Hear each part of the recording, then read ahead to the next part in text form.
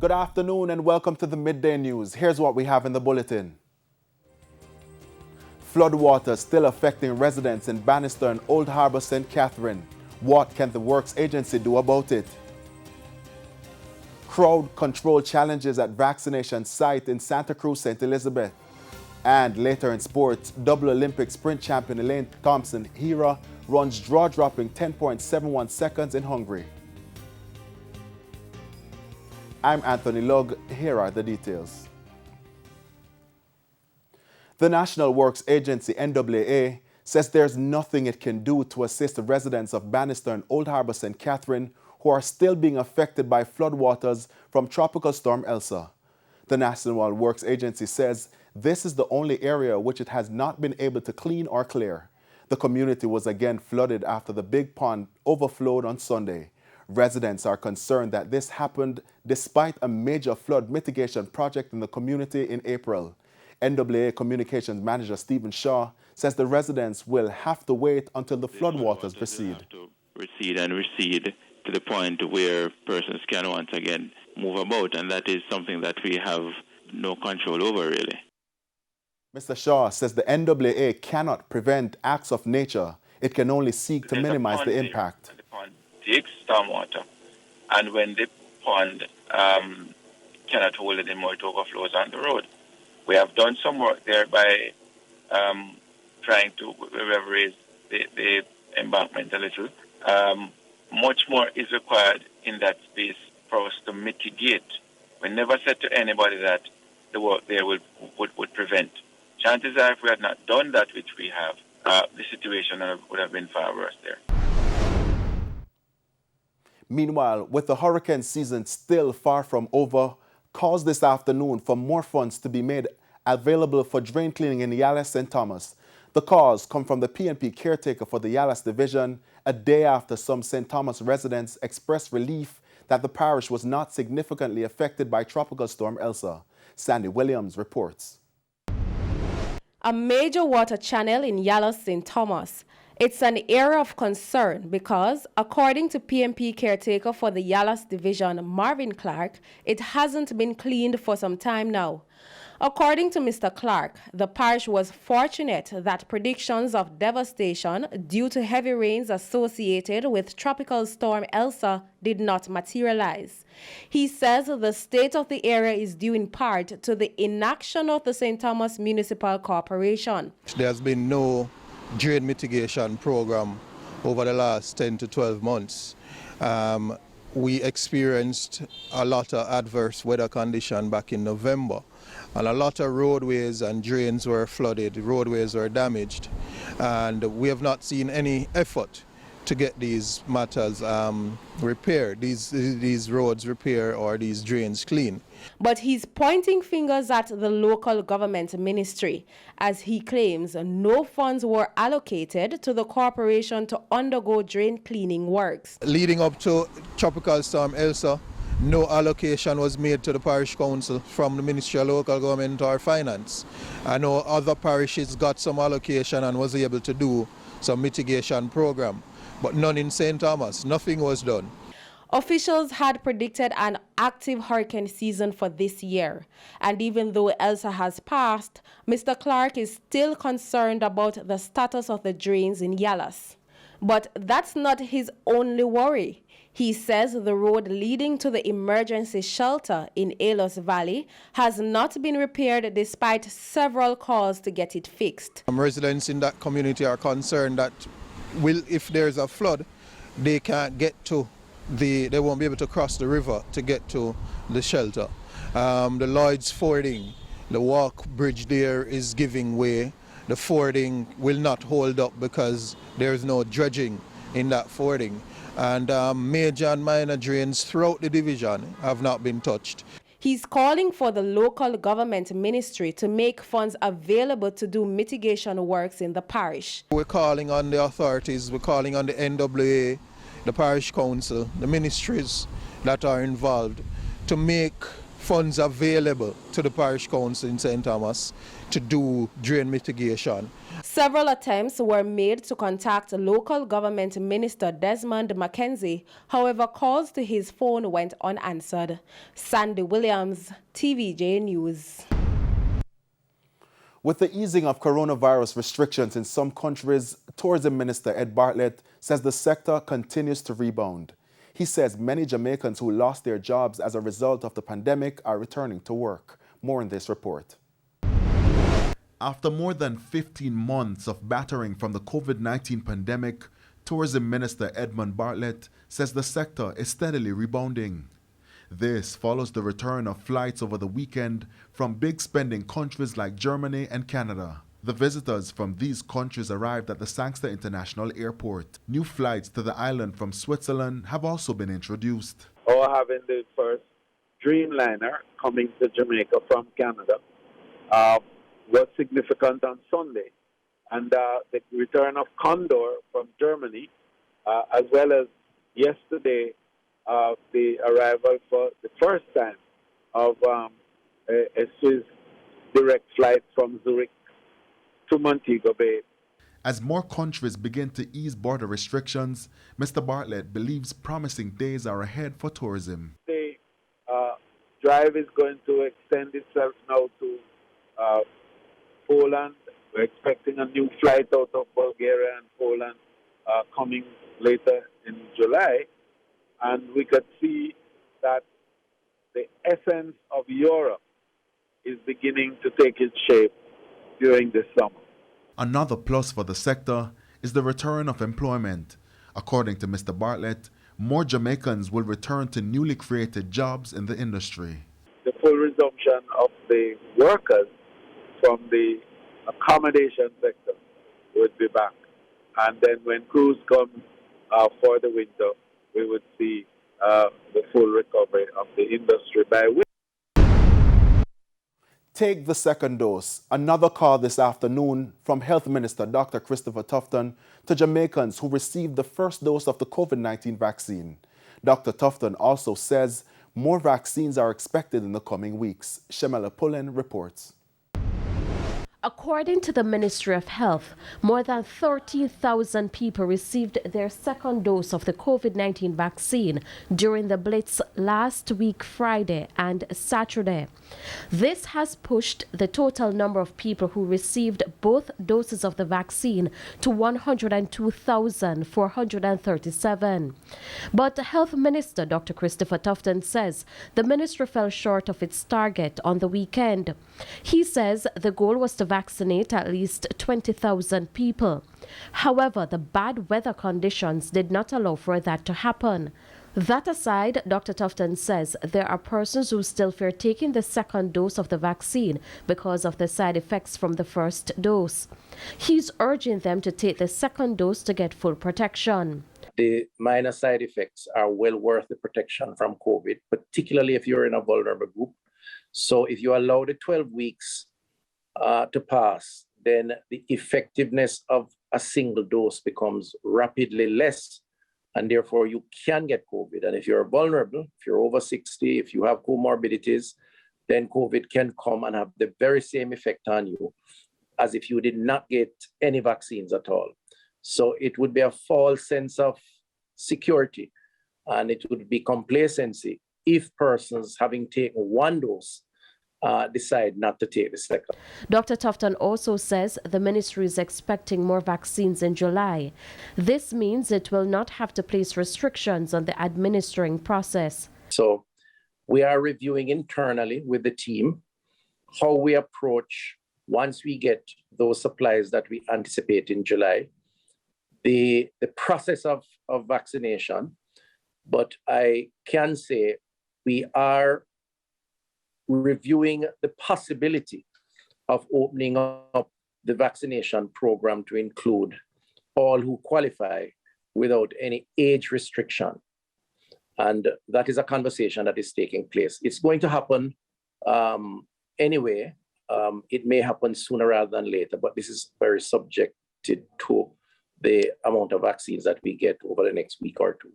Meanwhile, Dr. Tufton says the team will continue to administer the vaccines during the course of the week into the weekend. This won't be in the form of a blitz, but rather at regular locations. We will assess later on this week to determine where we are, look at what we have in terms of vaccines, and then make a determination as to first-timers. But the second doses will continue because each week a new set becomes due for the 8 to 12 week period. So this weekend we anticipate more second doses, but we're going to make a decision on first-timers.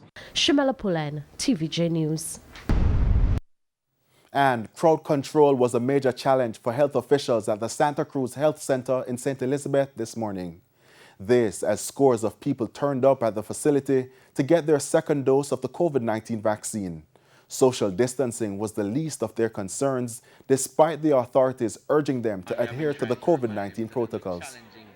To get them to honor those protocols.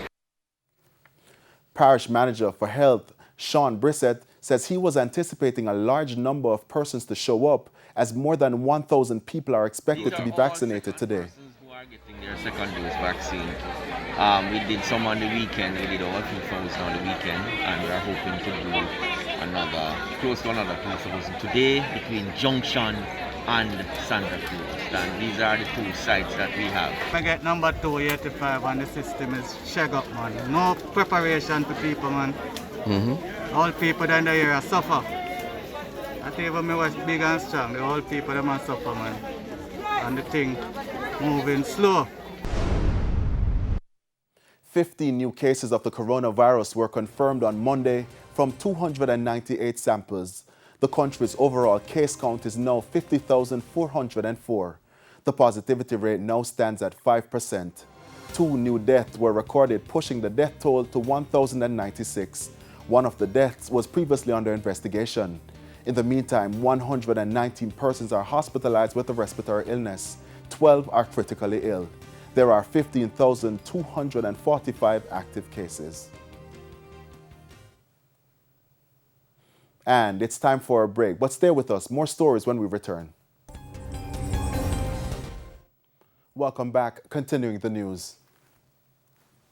Head of the Area 1 Police, Assistant Commissioner Clifford Chambers, is insisting that despite increased murders in western parts of the island, the police are making strides.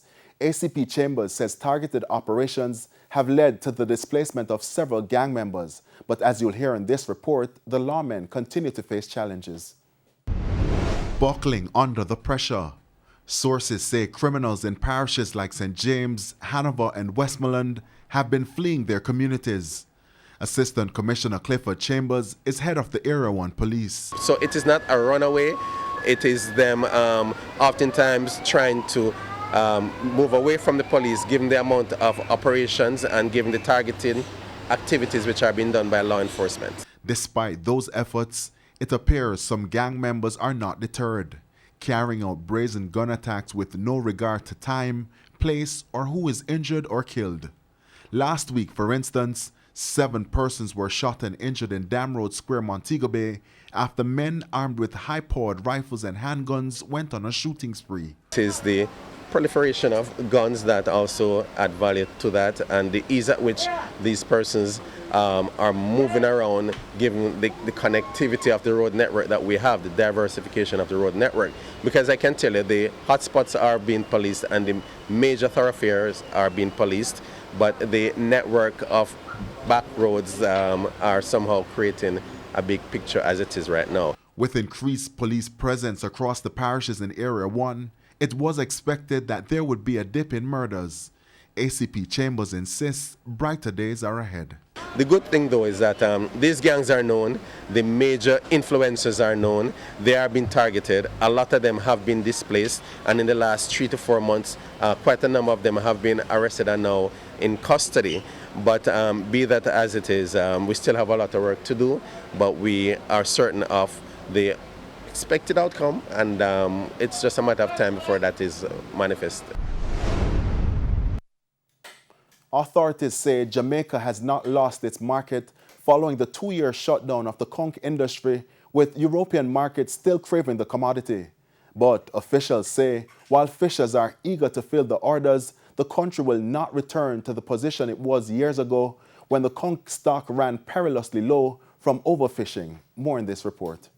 The market is ready and waiting. Good news for local fisher interests. The overseas conch markets are still available after a 2-year closure of the conch industry in Jamaica. Most of the markets remain in Europe. Officials explained that even during the period of closure, they had to update local practices to meet the standards of buyers in the European Union (EU). These include how conch are captured and stored. Vessels that go there to harvest the conch, etc., those vessels also have to be listed on the EU website. Because when I issue a certificate, a health certificate for export of a shipment of conch to Germany, when it gets to the border, the inspector checks the list to see whether or not the facility is coming from is on the list. But what about the United States market that is much nearer than Europe? The authorities say the demands of conch buyers in the United States of America are unreasonable at this time. The price is not as attractive in the US, and they want 100% clean conch. And the 100% requires further processing and the comparative costs, as opposed to how much? 80% for how much percent for the EU? 50% clean is not competitive. In the meantime, a section of the Pedro Bank remains closed and serves as a sanctuary for conch.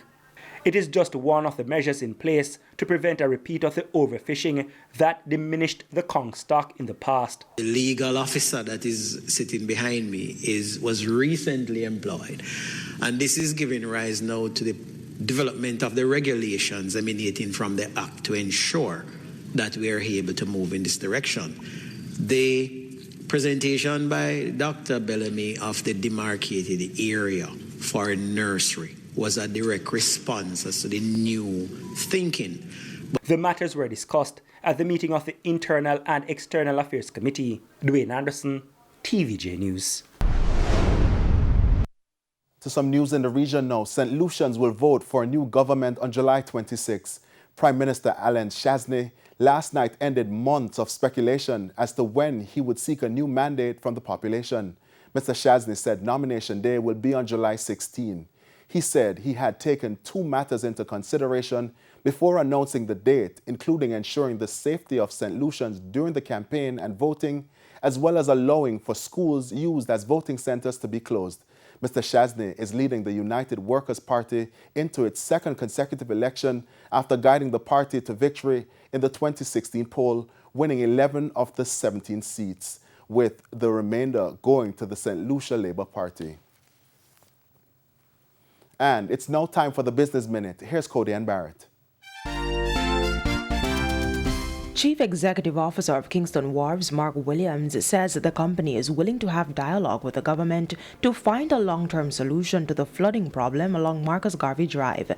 Heavy rains associated with Tropical Storm Elsa caused flooding along the road last weekend, which adversely affected Kingston Wharves' Global Auto Logistics Center.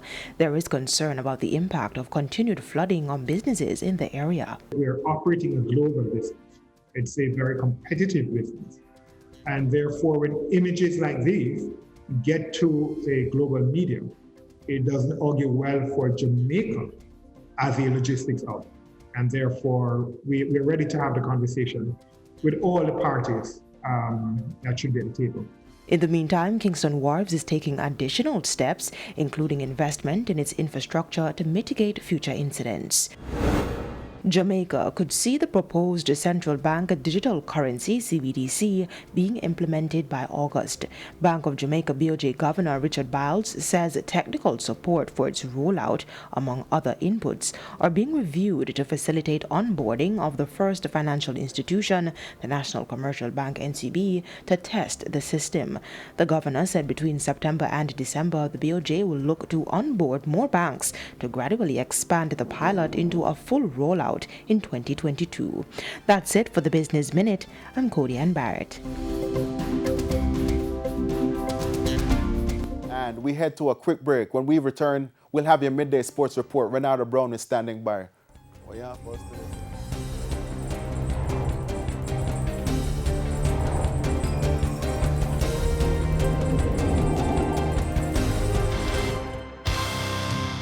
Welcome back. It's now time for your midday sports. I'm Renata Brown. A double Olympic champion Elaine Thompson-Herah produced the second fastest time this year to capture the women's 100 meters at a meet in Hungary this morning. Thompson-Herah ran a shade outside her personal best time of 10.70 seconds as she stopped the clock in 10.71, finishing ahead of world champion Chilean Fraser-Pryce 10.82 and Marie-Josée Talou of the Ivory Coast 10.86 seconds. Another Jamaican in Natasha Morrison was 8th in 11.24 seconds.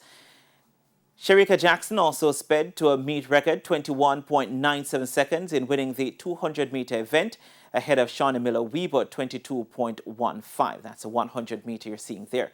Nigel Ellis ended 6th in the men's half-lap event.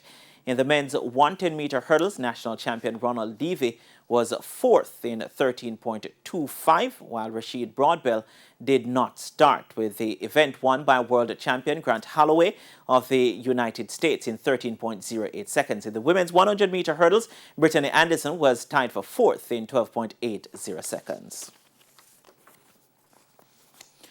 A former senior doping control officer with the Jamaica Anti-Doping Commission, JADCO, that's Dr. Paul Wright, says there is still a chance U.S. sprinter Sha'Carri Richardson could return a sample which shows traces of a banned substance in her urine if she competes at the Olympic Games. But the veteran sports medicine specialist explained that she could still be in the clear if that happens.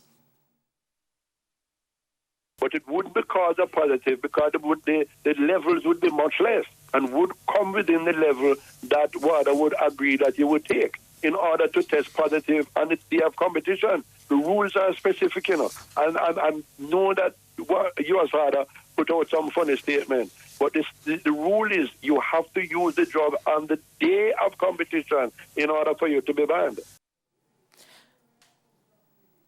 And now to football, as Arnett Gardens will have their first taste of the Jamaica Premier League season when they take on rivals Tivoli Gardens at the Captain Horace Burrell Centre of Excellence at UWI starting at 1 p.m. today. The Junglists were set to play UWIFC in their opening game, but was left to watch the competition after the university team withdrew from the tournament. Tivoli Gardens held Mount Pleasant to a goalless draw in the season's opener last weekend. Meanwhile, at 3 p.m., champions Portmore United can assume leadership of the league when they take on Veer United. Lucas Paqueta sent defending champions Brazil into the Copa America final with a first-half winner against Peru at the Nilton Santos Stadium last evening. Neymar beat 3 defenders on the left before crossing for Paqueta to guide home the semifinals' only goal. Brazil, who have won the Copa America every time they have hosted the competition, will face either Argentina or Colombia in Saturday's final. Semifinal 2 is set for today at 8 p.m. Former national youth player Deshane Beckford scored his 3rd goal of the season for the Colorado Springs Swiftbacks in the United Soccer League on Sunday. The 23-year-old scored the opening goal of the game in the 16th minute as Colorado recorded a 3-1 victory over the Real Monarchs. With a win, the Switchbacks moved up to 6th in the Western Conference standings. And finally, Polish 14th seed Hubert Hurkacz will meet 8-time champion Roger Federer in the quarterfinals at Wimbledon after overcoming world number 2 Daniil Medvedev in 5 sets. Hurkacz won 2-6, 7-6, 7-2, 3-6, 6-3, 6-3 after the pair returned to finish their match suspended because of rain on Monday. He trailed by 2 sets to 1 overnight but emerged to finish the contest. Now, the 24-year-old will face Swiss 6th seed Federer on Wednesday. On the women's side, Aria Sabalenka reached her maiden Grand Slam semifinal with a straight sets win over Ons Jabeur. The Belarusian won 6-4, 6-3 against Tunisia's Jabeur, the first Arab woman to reach the last 8 of the All-England Club, or at the All-England Club. World number 4 Sabalenka will play Karolina Pliskova in Thursday's semifinal. And that's it for your midday sports. I'm Renardo Brown. Anthony, it's back to you. Thank you, Renardo. Renardo, just before we go, Game 1, NBA Finals tonight. Yes, in sir. Phoenix, going with the Suns. I did say the Suns in 6. Suns in 6, Suns in 6, Suns in 6. I'm with you right there. And that's the Midday News. I'm Anthony Lugg. Join us at 7 for Primetime News. On behalf of the news, sports, and production teams, good afternoon.